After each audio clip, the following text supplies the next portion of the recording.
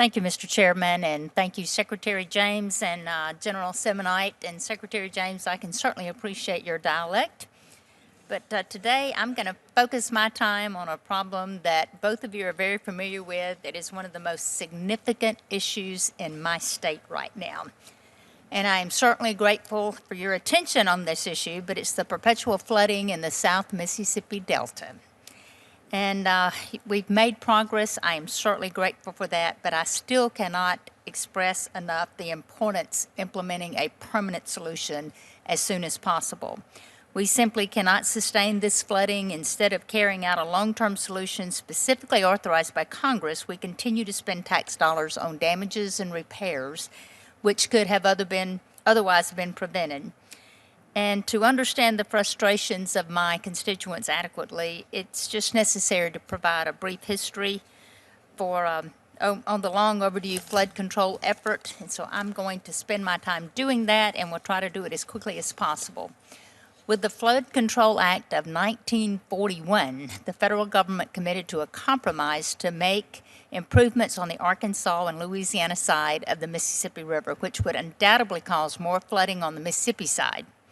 In return, Congress also committed to flood protection improvements for a 630,000-acre area in the South Mississippi Delta, referred to as the Yazoo Backwater Area.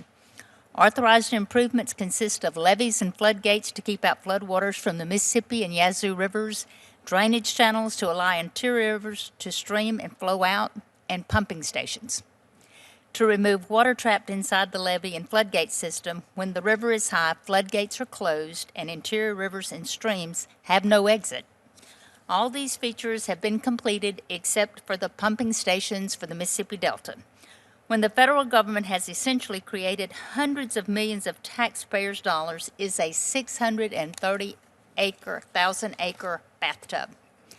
After many years of studies, analysis, and examinations of various alternatives, the Corps of Engineers recommended a plan of a pumping station in 2007, consisting of structural and non-structural features. The Environmental Protection Agency halted that plan in 2008 due to concerns over potential impacts to wetland and the proposed locations.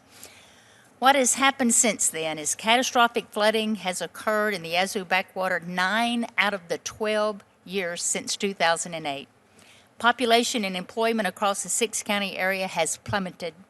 More than $300 million in federal crop insurance indemnities have been paid to 6 backwater counties for those flood years, which is a mere fraction of the total cost the taxpayers' dollars spent. Homes, roads, bridges, and other public infrastructure has been lost. The environment and wildlife have taken more than a beating. Last year, we experienced one of the worst backwater floods on record. Approximately 548,000 acres flooded. That equates to 856 square miles, more than 12 times the size of the District of Columbia. The vast majority of the area remained flooded for 181 consecutive days, about 6 months. This is happening again today as I speak. The toll has been significant. 3 of my constituents tragically lost their lives in last year's flood. More than 680 homes were destroyed or damaged. Roughly 231,000 acres of cropland were left unplanted or destroyed by the floodwaters. Nearly $84 million in federal crop insurance indemnities were paid, which does not begin to cover the estimated total crop damage of $800 million.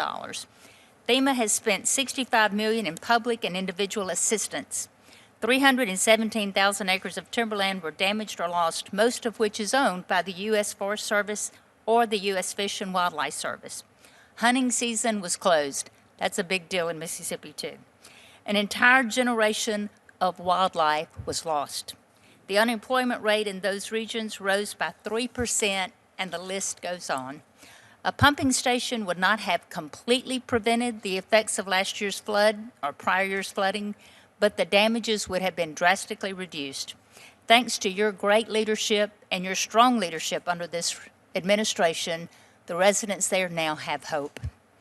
The Corps has its resources it needs to move the ball forward on a new proposed flood control solution. and complete all environmental reviews. The Corps has been working diligently with its agency counterparts to ensure that any new proposal will benefit wetlands and the environment. Groups that have been historically opposed to improved flood protection for that area, which describe themselves as promoters of the wildlife, environment, and outdoor recreation, ironically enough, seem to have forgotten that the EPA stated the following in its 2008 final determination. EPA recognizes that pumps are often an important and appropriate component of flood control projects. EPA continues to support the goal of providing flood protection for the residents of the Mississippi Delta. I also would like to note that there are currently 22 federally funded pumping stations within a 200-mile radius of the Yazoo Backwater Area, so pumps are not a new concept. Assistant Secretary James and General Semonite, would you agree that flood control projects are not fully effective until they are complete? Absolutely, I'll agree with it because they're not effective, and yet when we do finally get around to being able to complete them, they cost us 4 to 5 times more than they should. And all that time, the people that need that flood control project are suffering. Absolutely, sir. I'm familiar with this area she's talking about. I've flown over Bit your ear off, I know. well, I've driven through it 20 years ago on the River Commission, so I'm familiar with it, and it's devastating. And there's people that are still trying to live there. It's sad, but no, it's a good project. Senator, let me jump in. I know you're short on time, but we are absolutely committed to keep pushing the ball forward here. I know General Toy's talked to you recently. Bottom line is we are going to push this process through, so NEPA should be good to go. We're using our work plan money. The Corps' position is these pumps are absolutely essential, and it might be a good time that you, the head of the EPA, Secretary James, and I get in a room and say, how do we move forward? Because we have been dealing with this problem way too long, and it's time to make something happen. Thank you very much for your comments. And one final thing, and I am ready to get in that room any moment that you guys can be available. I will make sure I'm available. But will you commit to ensuring that the Corps of Engineers advances this effort as swiftly and effectively as possible? Where's the closing remark? Yes, ma'am. Where's the closing? Thank you very much, and I do appreciate everything you've done. You've been great, but we've got a lot of work to be done and really determined to get it done. Thank you.